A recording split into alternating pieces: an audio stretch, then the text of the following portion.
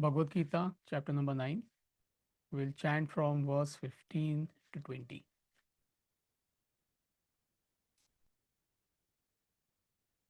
यज्ञेन चाप्यन्ये यजन्तो मामुपासते एकत्वेन पृथक्त्वेन बहुधा विश्वतो मुखम् अहं क्रतुरहं यज्ञः स्वधाहमहमौषधम् मन्त्रोऽहमहमेवाज्यम् अहमग्निरहं हुतम् पिताहमस्य जगतः माता धाता पितामहः वेद्यं पवित्रमोङ्कारः ऋक्सामयजुरेव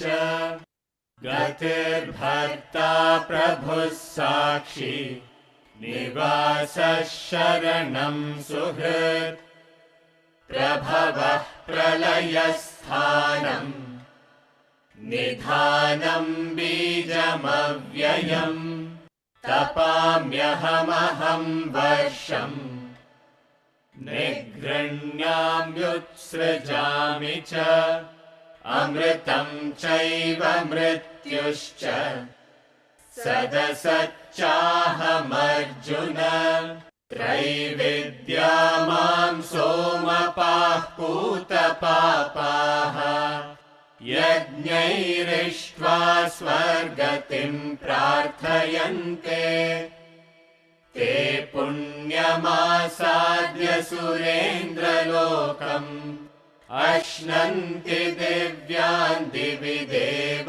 भोगान्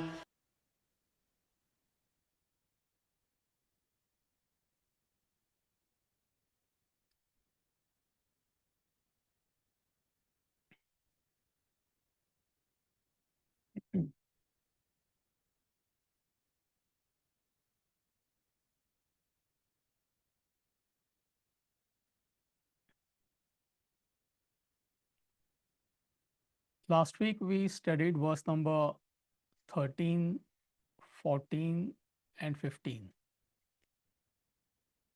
Just to recap the thought flow. Now, in verse number 13, he tells us that wise people, they worship supreme reality with unwavering mind. Ananya, that's the word he uses, unwavering mind. So, throughout Bhagavad Gita, this word is used, that you have to have constancy of thought on supreme reality, on Lord, on divinity, use any word. Because that's the ultimate purpose of our life.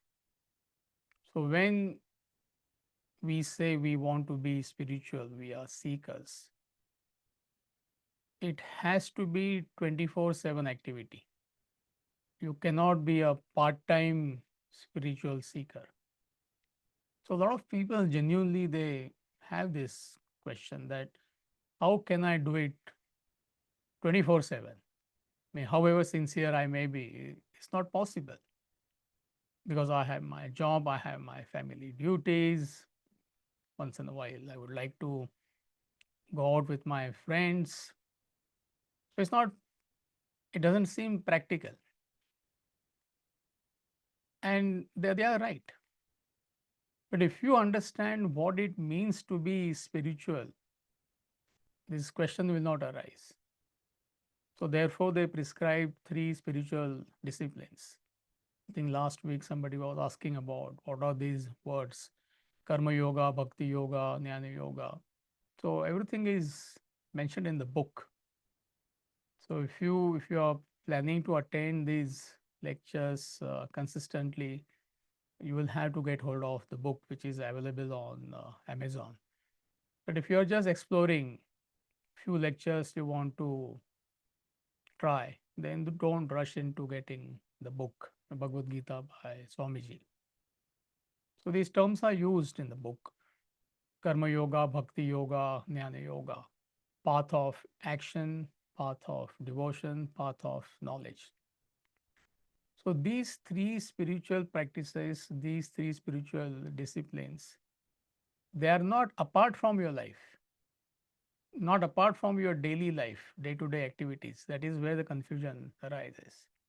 So, path of action, Karma Yoga, is nothing but service.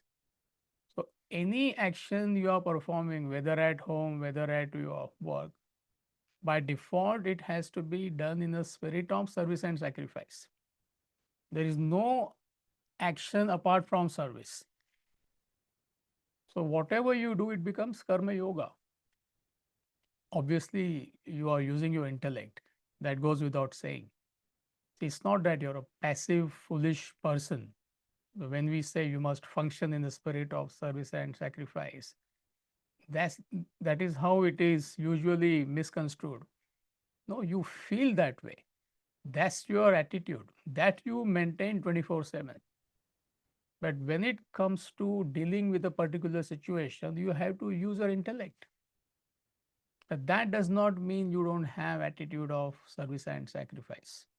So it's a mental attitude. But when it comes to action, it has to suit that particular situation or environment, but that you carry 24/7, that service attitude.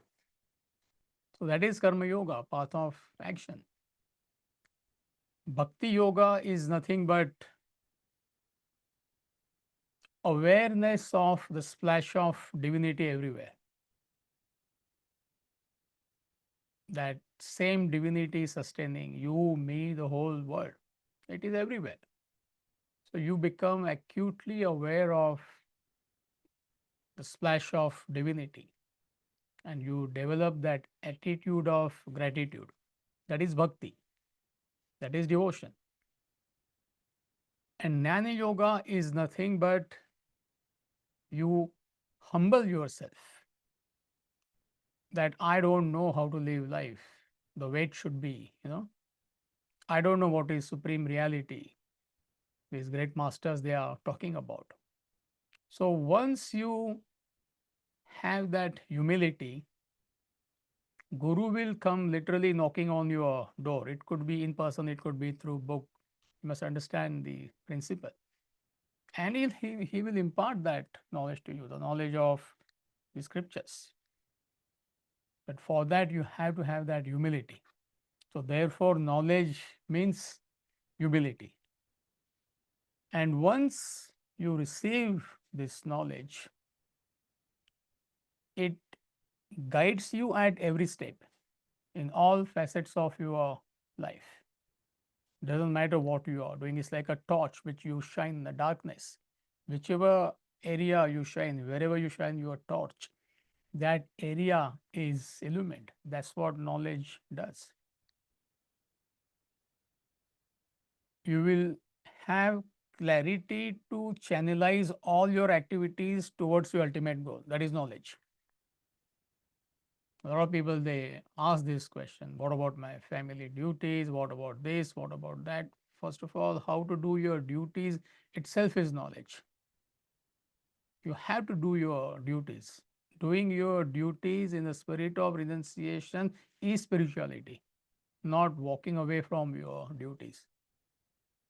So it's not that you don't have to do your duties. Doing duties is being spiritual. So that's the clarity you get. Then how you channelize whatever you are doing, all your activities towards the ultimate purpose of life. So that is knowledge. Knowledge means ability to see unity in diversity. You see, you feel one with all. That is knowledge. You develop that vision, that understanding, that wisdom. What is permanent, what is impermanent in life. All of us are chasing impermanent things. Hardly anyone understands what is permanent. So that's what knowledge does to you.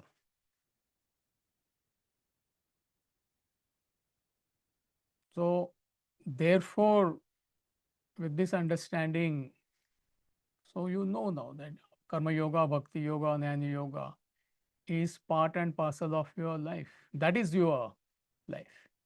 So this is how you maintain that constant awareness of divinity, that awareness of your ultimate goal in life.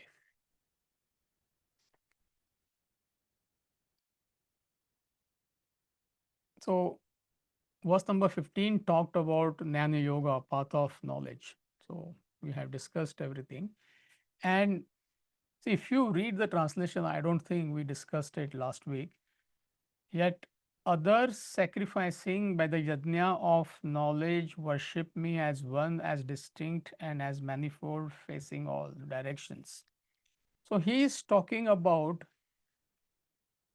the ritual of fire worship. It's all symbolic. In chapter 3, he introduced that concept. So, what is happening in that ritual? That all the participants, they offer something into the fire, grains, clarified butter. It's a concept. It's all symbolic. And then fire shoots up. So there is offering, there is kindling.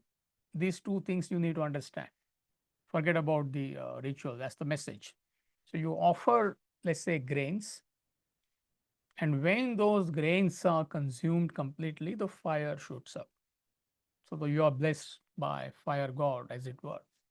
So what it means, we're talking about Jnana Yoga.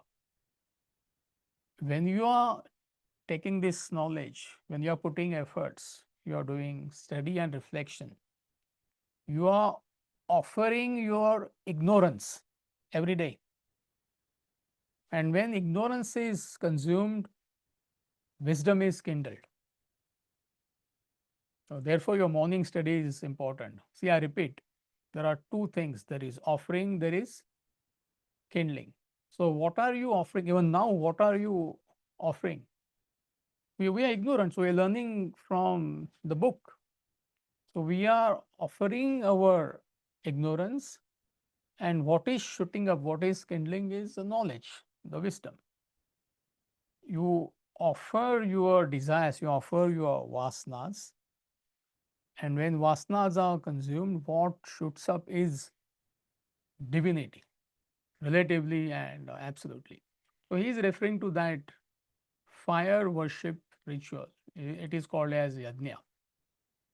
All Indians they know it. Every year, few times in a year, they do it either at home or in a temple or wherever. But not many are aware of that. So whatever you do, another implication of that is if you offer your self-centeredness, that yajna represents a field of activity. So when you offer your self-centeredness, what shoots up is peace and prosperity. If everybody functions in the spirit of service and sacrifice, that's what I am referring to. Let's say there are 30, 40 of us involved in a project, and we all function in the spirit of service and sacrifice.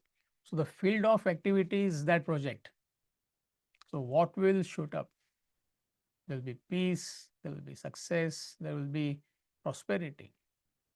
At home, in a family, if all members of family work with this attitude of service and sacrifice, not selfishness, not fulfilling egocentric desires. So what will happen in that unit called family? There will be peace, there will be harmony. All members of family will evolve. So there is offering, there is kindling. So that's the symbolism of that fire worship ritual, which is called as yajna. Now, verse number 16, he explains that. See, if you understand this, then he is taking that as a reference and some other concept we are going to discuss there. That's the focal point, the yajna. So let's move on to verse number 16. So any doubts from verse 13, 14, 15? Anything not clear to you? I mentioned Bhakti Yoga. What is the offering and what is kindled? Offering is our faith, devotion, and ignorance. There also is ignorance, right? I mean, what is okay, bhakti? yeah, We don't know how the whole world functions. okay, So the bottom line is ignorance everywhere. And also you are offering your egocentric desire. See, otherwise emotions, they remain confined to our personality. But when emotions are placed on something higher, so that's what you're offering, or ego you're offering. What is shooting up is your personality gets that lift. yeah.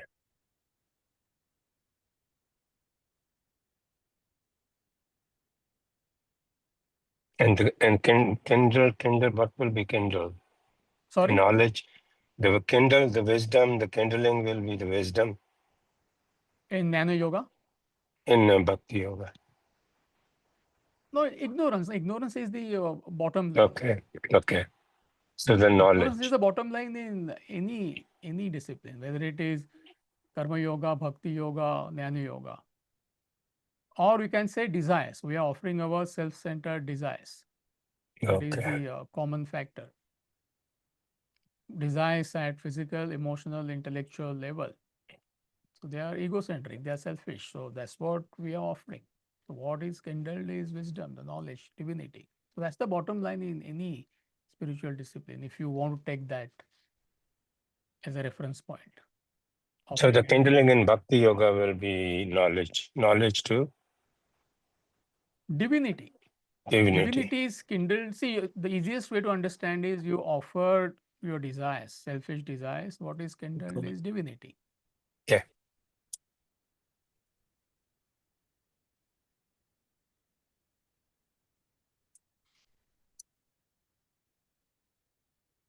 So are we okay? Verse number 16, please. अहं क्रतुरहं यज्ञः स्वधाहमहमौषधम् मन्त्रोऽहमहमेवाज्यम् अहमग्निरहं हुतम् अहं क्रतुरहं यज्ञः स्वधाहमहमौषधम् मन्त्रोऽहमहमेवाज्यम् अहमग्निरहं हुतम् Translation: I am Vedic ritual, I am sacrifice, I am ancestral offering, I am medicinal herb, I am the chant, I am clarified butter, I am fire, I am the burnt offering. So he's talking about that ritual. So every aspect of that ritual, from what is offered to what is kindled, is nothing but supreme reality. So in verse number 16, 17, 18, 19, the next four verses, Krishna is going to use first person singular pronoun I to mean supreme reality. When any enlightened master uses this pronoun I, it means supreme reality, not his or her personality, because they have transcended their personality. So when you and I say I, it means this particular individual.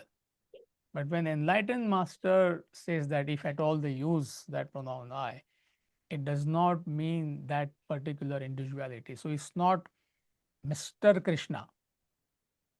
Though Krishna is talking, he is enlightened master, he is referring to the supreme reality. This is what you need to understand. So the pluralistic phenomena of this world is nothing but supreme reality. This is what is telling us. Reality is the substratum of the world. Whatever you are experiencing at physical, emotional, intellectual level. It could be gross, it could be subtle.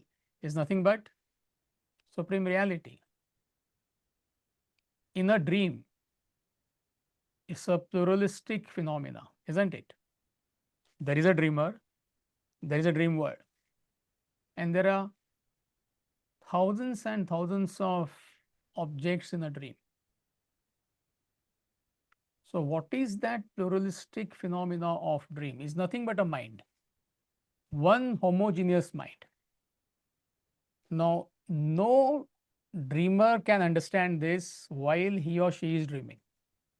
This is the important point. Once he or she wakes up, you will understand by your own experience that the erstwhile dream was nothing but your own mind. One fiber of mind was you, another fiber of mind was your husband or a wife, another fiber of the mind was your pet, another fiber of the mind was your house, another fiber of the mind was the sun, galaxy, the flora and fauna. But while dreaming, you cannot understand that. It's impossible, isn't it? So that example is useful. So similarly, how can this pluralistic phenomena called life be one homogeneous reality? You get the point? Impossible to understand. How can a gambling den and a temple be one supreme reality? I am magnifying, you know. But it is nothing but supreme reality, the best and worst of things. The grossest and the subtlest thing is nothing but supreme reality, which we cannot understand. But once we wake up to the fourth plane of consciousness, which is nothing but a state of self-realization, it's like dreamer becoming a waker. So once you reach a state of self-realization, then you understand that the world is nothing but supreme reality, nothing else. And Krishna is one such person who attained that state. So by his own experience, he is telling us that the world which you are experiencing is nothing but God. People ask this question, what is God? Where is God? World is God. Is God in this computer? Is God in the streets? Is God in the deer? Is God in the worst of the person? Is God in the best of the person? Everything is nothing but God or supreme reality.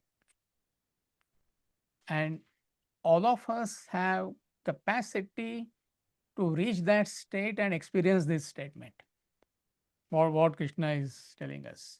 That's the beauty. It's not a theory. Right now, it is a theory for us. Definitely, there is no doubt about that. But every human being has the capacity to reach that state. Nobody is denied that opportunity. So the only person who can deny that opportunity to you is who? With you. It is you. It is as simple as that. That's your, if at all you have any right, that's your birthright to claim your original nature. I am that supreme reality.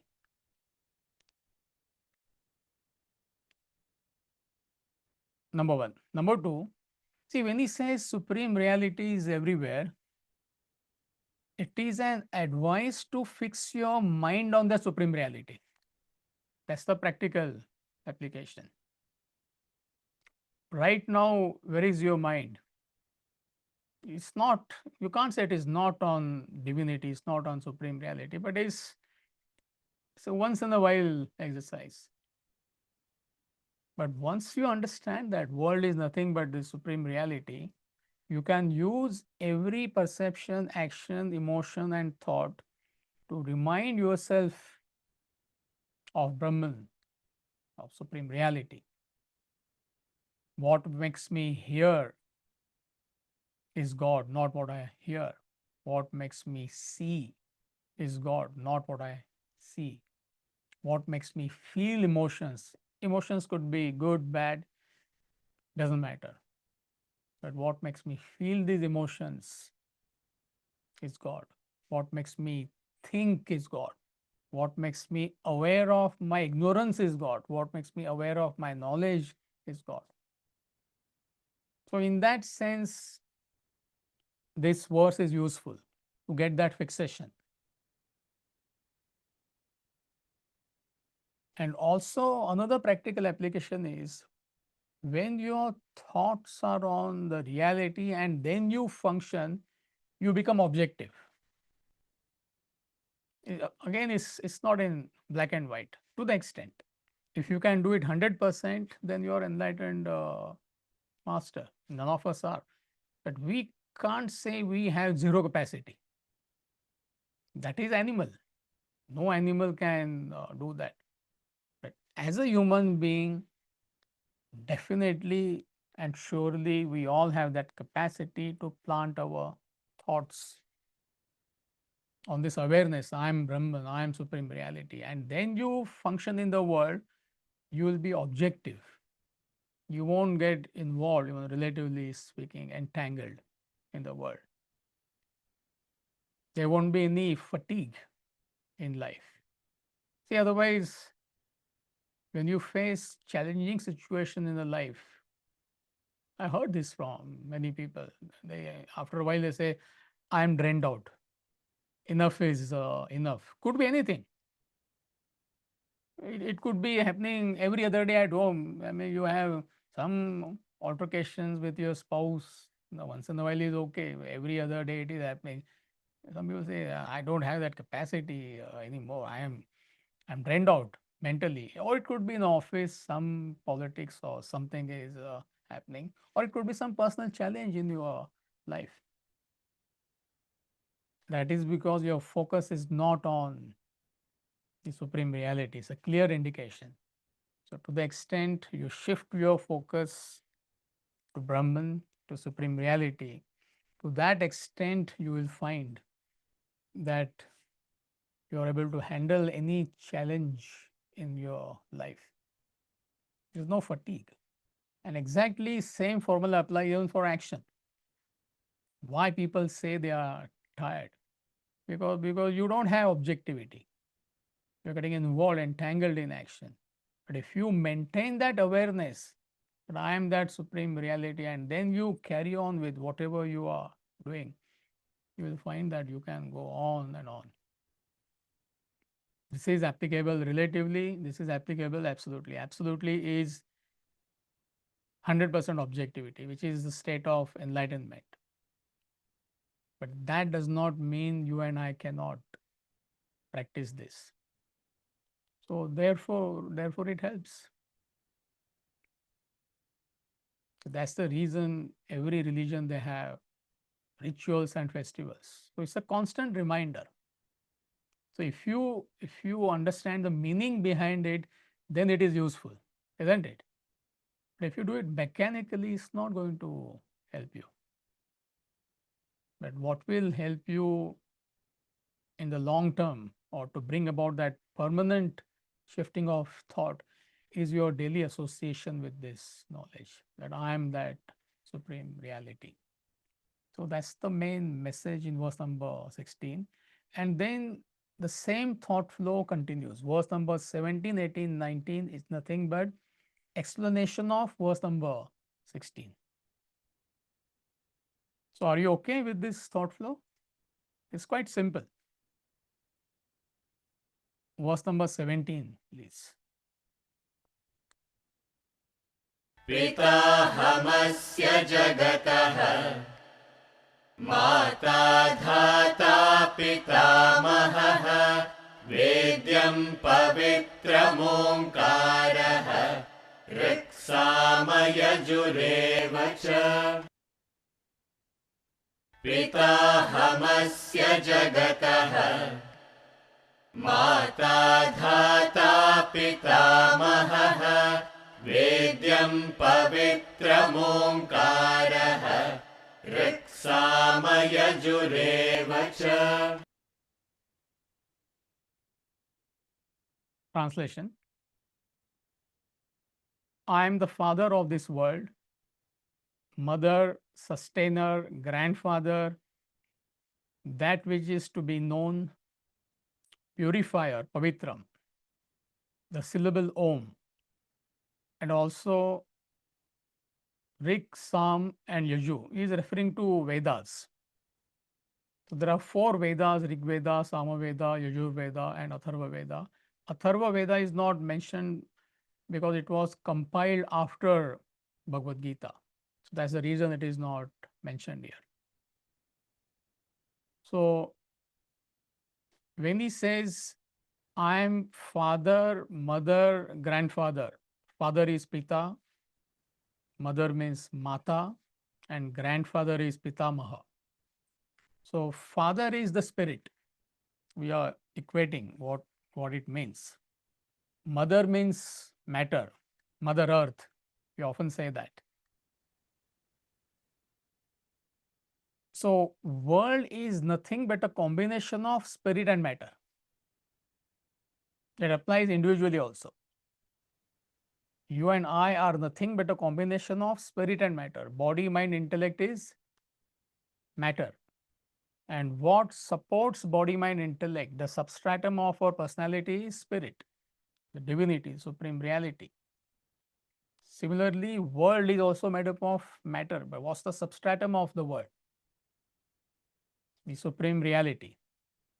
So in that sense, so father is spirit, mother is matter, and grandfather, he brings in that concept to indicate that supreme reality is beyond this terrestrial world also, it is infinite.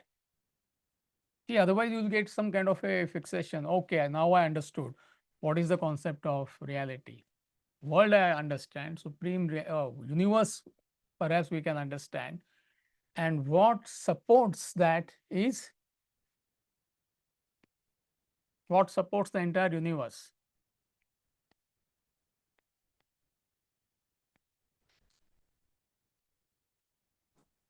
Supreme reality. Supreme reality. Okay, thank you for telling me. Now I understood what is supreme reality. So you say, no, I am grandfather. So we can add great grandfather, you know. See, meaning universe is nothing but a speck in Brahman. It is infinite. So what is this universe? This itself is infinite. Whatever we can conceive, all the galaxies and all, not getting into the details. See, he says just a speck. In infinity is nothing, it's just a speck. To you and me, it may seem infinite, is nothing but a speck in me. So supreme reality is beyond the terrestrial world. That's what it means. Grandfather. I am the supporter, dhata, substratum of the world. Substratum of any cloth is cotton, isn't it? So if you go to Joanne, there are reels and reels of fiber. You know, we all been there. So any reel you open, you see the fabric, you touch the fabric. It is nothing but cotton. The substratum of cloth is cotton. The substratum of any gold ornaments is Gold. gold. Substratum of mud pots is mud. Substratum of waves is ocean. So in that sense, dhata. So the substratum of the world, the supporter of the world, the material of the world is supreme reality. So I am dhata, I am the supporter. That which is to be known, Vedyam, supreme reality has to be known. So why is saying that which has to be known?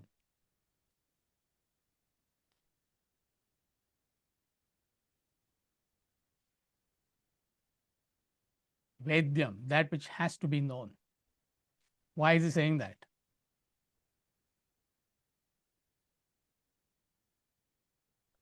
See it for its divinity and not the material that it is.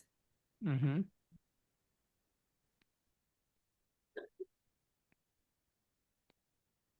That Focus which on is to be known. Yes? focus to be on ultimatum. Correct. All these are correct answers, but there is something else. All the things are substratum from that supreme reality. Mhm. That's the purpose of a birth and existence. Mhm.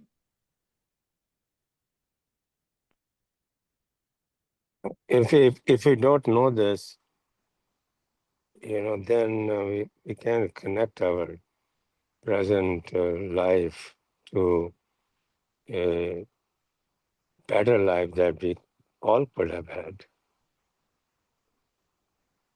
Mhm.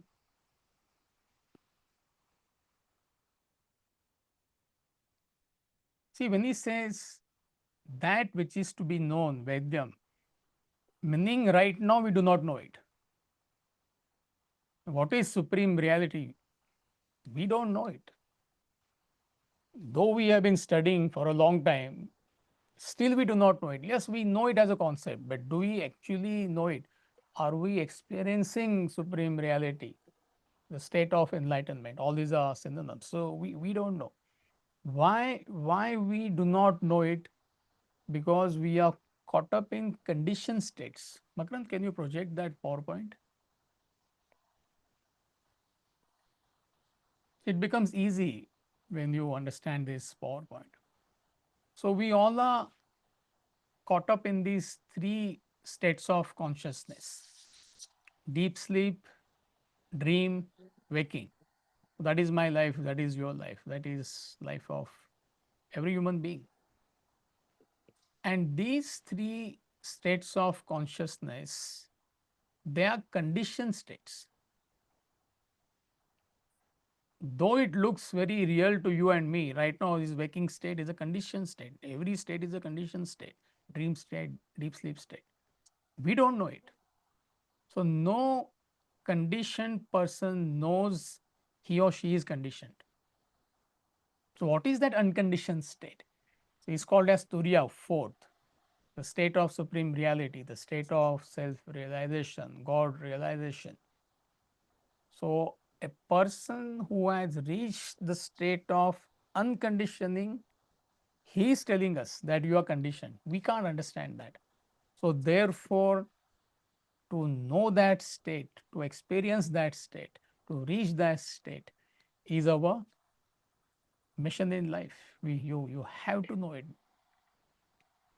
It's the pinnacle of human perfection. It's the purpose of your life.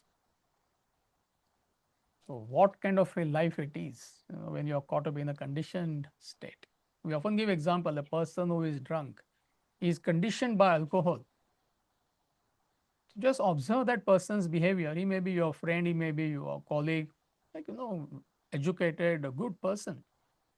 But when he is conditioned by alcohol, what is the behavior of that person? It's weird. I mean, let's not get into the details. That's not his normal state. But there is no way you can tell that person while he's drunk. That's the main point. So that's the difficulty all these great masters they're having. Not only we are conditioned, we do not know we are conditioned by our desires. And doesn't matter what they say, whichever way they say. See, it's not easy for us to understand and relate to what they are saying. So therefore, he is saying that which is to be known. Right now, we don't know it. We're ignorant of it. But to know that state, to come out of these three conditioned states is our mission in life. In fact, that's our only mission in life, if you can really understand. The only mission of a drunkard is what? I'm making it very simple. You can't say does he have any other mission? The only mission of a person who is drunk is what? To get out of the, get out of the state, drunken state. Anybody disagrees with Uncle Sachdeva? I Can would he have a second mission? a drunken who is a drunk prefers to stay drunk in the conditioned state. Correct. That is you and me. You are telling your autobiography, my autobiography. That is our life. No, you're right. He is, innocent, innocuously he has made a correct statement. That's what drunkards say. They say, I'm fine. I'm fine. This is what we are saying. We all are saying, I'm fine. What is fine about you and me? I got a job. Just now I got a promotion later. Children are doing well. Wife is doing well. I'm healthy. Why not? This is also drunkards say, I'm fine. So you must understand from what level they are talking to us. So therefore, that's your mission in life. You have to know it. You have to come out of the conditioning.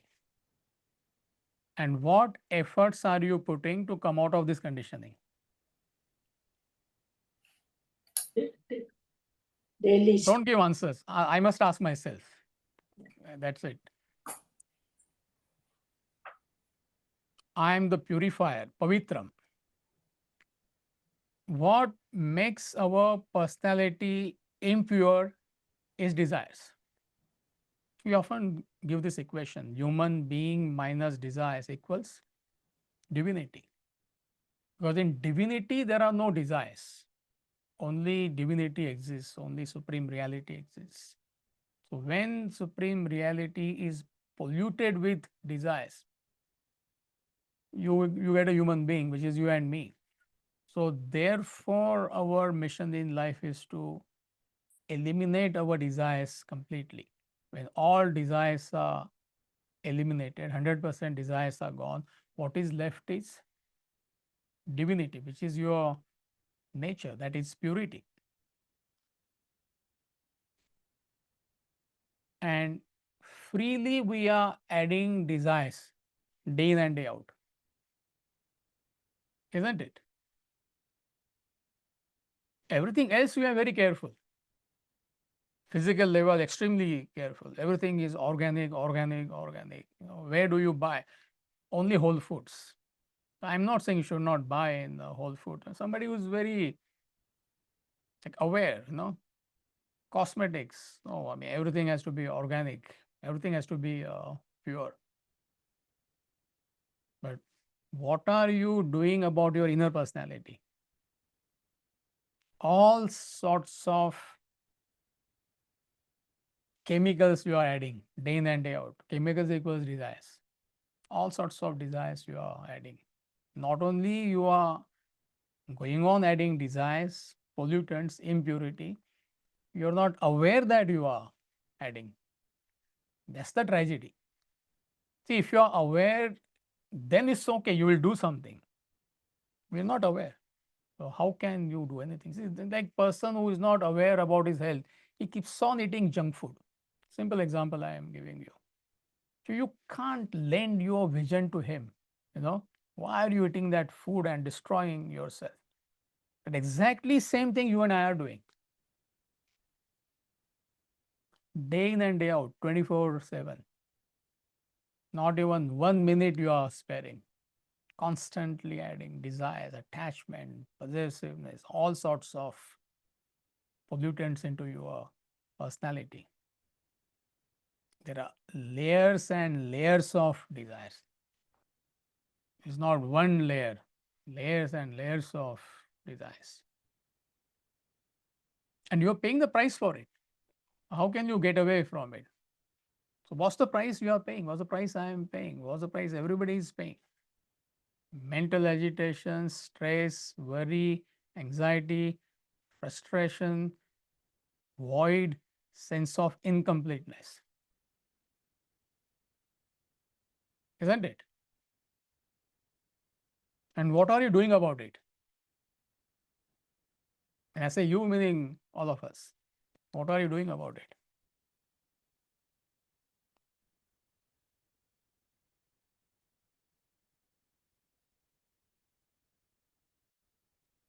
Not much. Nothing. Yeah. Nothing. Another desire you added now, I want to master Vedanta. Finished. Of course, without this knowledge, how can you wipe out your desires? But if it is a desire, I hear from tomorrow you are starting Isavasya Upanishad.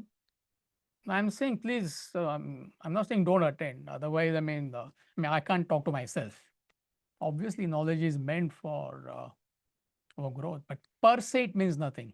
This is what I'm trying to tell you. So ask yourself, what am I doing? So therefore, Pavitram, this knowledge purifies your personality in that sense. I am the syllable Om. Om is a symbol of supreme reality. Just as temple or a church is a symbol of supreme reality. Temple per se is not supreme reality, it's an idol. Idol represents the ideal. Ideal is supreme reality. Similarly, Om is a very powerful, subtle idol. It's called a sound symbol. So I am that Om, I am that sound symbol. So it's a very potent, it's a very powerful word symbol. I am the Vedas. Rig Veda, Sama Veda, Yajur Veda, Atharva Veda was compiled later. I already mentioned that to you. So Vedas are nothing but instruments of carrying Brahman. Vedas meaning Upanishad. You take away Upanishad from Vedas, there is nothing. So the foundation of Vedas is Upanishad, the knowledge. Bhagavad Gita is nothing but explanation of main concepts of Upanishad. Upanishad is the substratum of Vedas, which talks about the supreme reality. So Vedas, or you can say Upanishads, they are the instruments of carrying Brahman. So therefore, instrument itself becomes Brahman. You get it? Meaning this knowledge will take you to the ultimate state of self-realization. Therefore, instrument itself is called as supreme reality.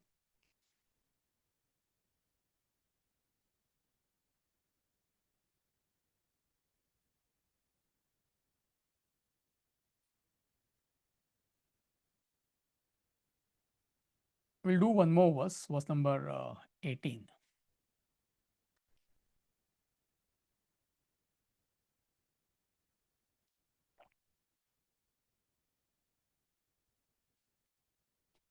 गतिर्भर्ता प्रभुः साक्षी निवासः शरणं सुहृत् प्रभवः प्रलयस्थानम् निधानं बीजमव्ययम्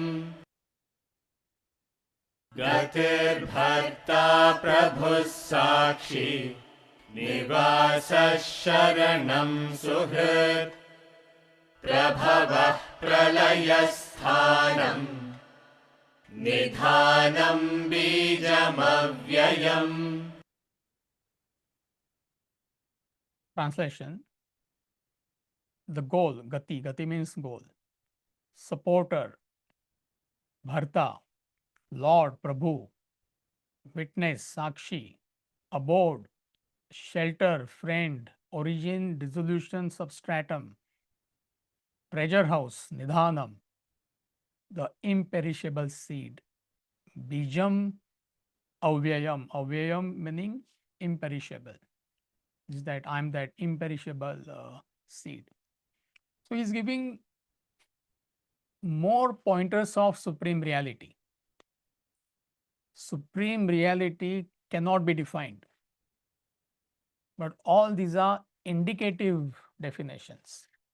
So when we understand all these indicative definitions, some sort of idea we get what could be that supreme reality. At least misunderstanding will be removed. That is important. So I am that goal, I am that gati, ultimate goal of all your endeavors. That is important. Why saying it is the ultimate goal of all your endeavors? because it doesn't matter what you're doing in life, either directly, indirectly, consciously or unconsciously, what you're seeking is supreme reality. It can be proved with a lot of examples. You bring up any examples. Somebody wants money, he is pursuing wealth. There can be no end to that pursuit of acquiring wealth. How much is enough? If somebody were to give you $10 million, just an example, nobody is going to give you as an example, you will take it. Yeah, thank you, sir. But are you going to be happy? 1 month, 2 months, 3 months, 5 months, 6 months, whatever. Okay, a few years, and why not more? Somebody gives you $100 billion, $500 billion, there cannot be any satisfaction. Why there cannot be any satisfaction? What is your goal in that?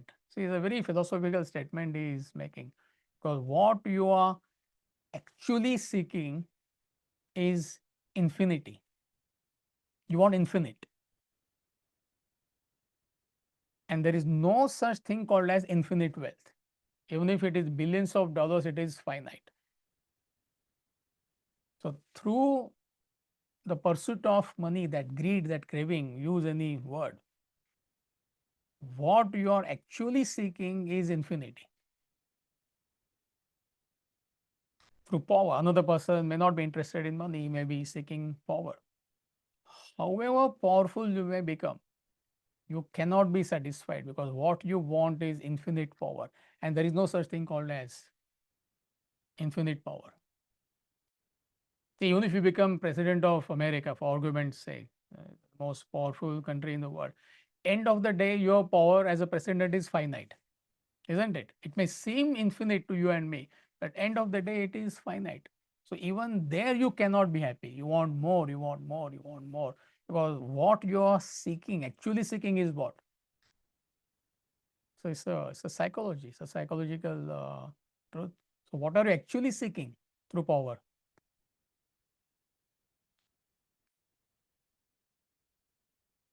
Infinity. See, that's the bottom line. You got the best spouse in the world, husband or a wife, really loving, really caring, never forgets your birthday, wedding anniversaries, and whatever, best spouse. You cannot be happy. But what you want is infinite emotions, actually. Nobody can provide you infinite emotions.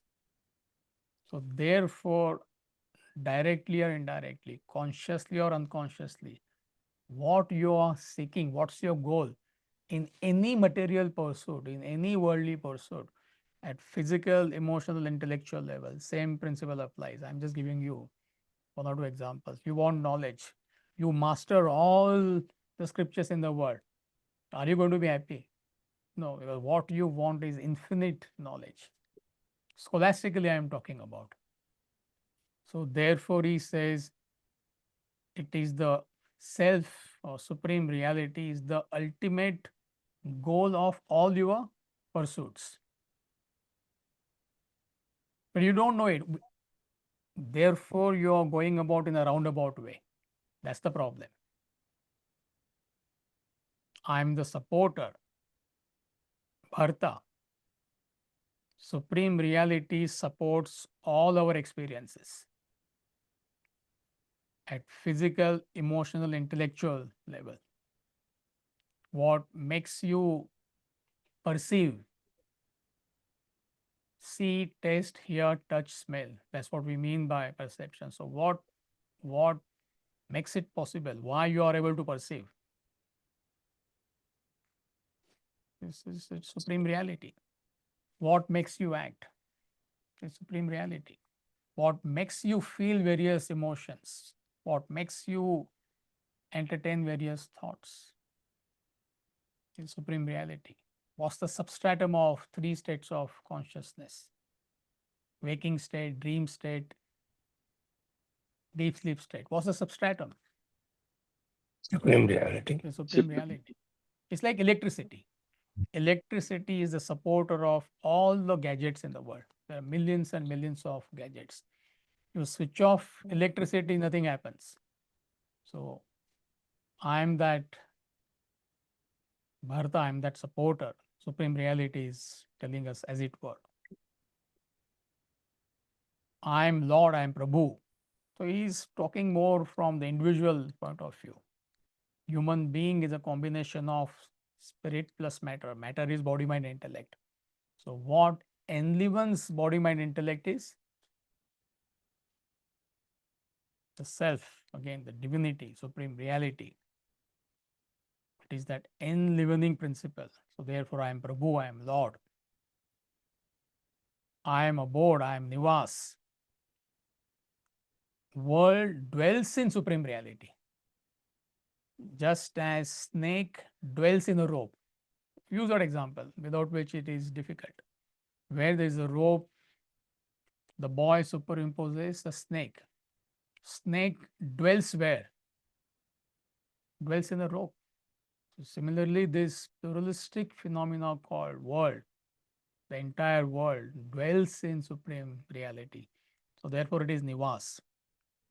Many Indian homes, they are named Nivas, Akur Nivas, Makaran Fadke Nivas. Nivas is a common name, especially bungalows, they name Nivas. Sharanam, shelter, is a harbor of peace. And you have that choice. If you focus on body, mind, intellect, you will be affected by the word. Guaranteed. There will be mental agitations, stress, worry, anxiety. Guaranteed. There will not be peace. But if you shift your focus from body, mind, intellect to the self in you, everybody has that capacity. All of us have that capacity. World will not affect you. You will be calm, you will be composed, you will be peaceful. So it depends. Which shelter are you going to? Isn't it? We all are taking shelter in the wrong shelter. Isn't it? So you must take shelter in a what? Right shelter, which is supreme reality. Where is it? It's the core of your personality. What you need to do? Just shift your focus from body, mind, intellect to the core of your personality. How you do it? Already discussed. Slowly, like with that awareness, with karma yoga, bhakti yoga, jnana yoga, your focus shifts. So ask yourself, where are you taking shelter? Are you taking shelter in body, mind, intellect? And that is where you're trying to find happiness. All of us are doing that. What is the price you are paying? Bouts of happiness once in a while, so-called happiness. It's not happiness. And also, it is friend. So, Dhruta meaning friend. So, true friend is always with you. It doesn't matter how far you have drifted in life. The moment you shift your focus, if you want to shift your focus, from that day onwards, from that moment onwards, you will be a different person. It will never ditch you. I am the origin, dissolution, foundation. Ocean is the origin, foundation, and dissolution of waves. Similarly, the entire world comes from Brahman, exists in Brahman, dissolves into Brahman, and is the treasure house, Nidanam. The kingdom of heaven is in you. This is what Bible is telling us, isn't it? But we don't know that that treasure is within us. It is a seat of infinite peace, infinite bliss. And I am that imperishable seed, Bijam, Avyayam. Worlds may come and go, but infinity remains. as long as there is a rope, there is a potential of not understanding that rope as a rope. You produce a snake out of that. It's a misunderstanding of a snake. Thousands and thousands of snakes may come, but that rope is intact. It's the seed of that rope, which is different from regular snake. When egg is destroyed, snake is born. You get my point? But in this case, rope is not destroyed. It is eternal. So world may come, world may go. Supreme reality remains. It is that imperishable seed of countless misapprehensions. So I will catch you when you're fresh next week.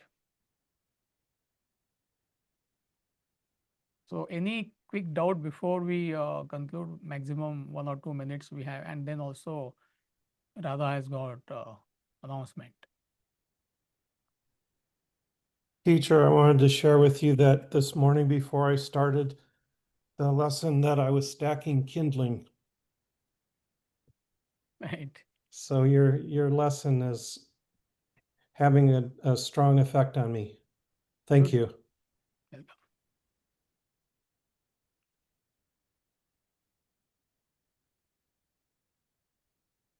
All right, Radha, please. Hari Om.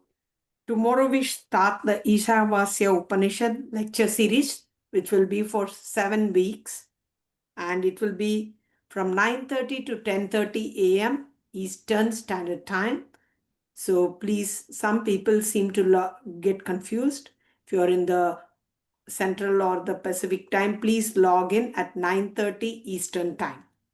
And it is a hybrid model class, so it will be on Zoom for all those who registered on Zoom. Please click on the Zoom link. But this is also a unique in-person class too. So if you're in the southeastern Metro Detroit area, the class is being held in Troy, Michigan.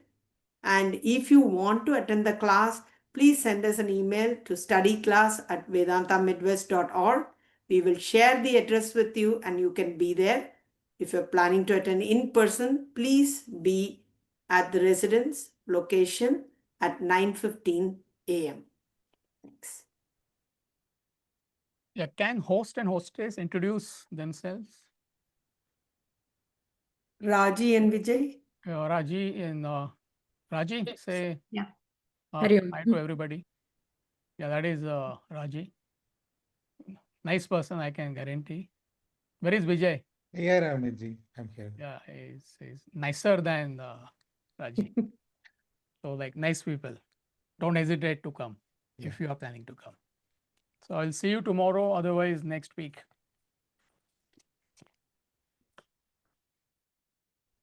Thank you, Amitji. Thank you, Amiji. Thank you. Thank you. Nice weekend. Thank you, Amiji. Thank you.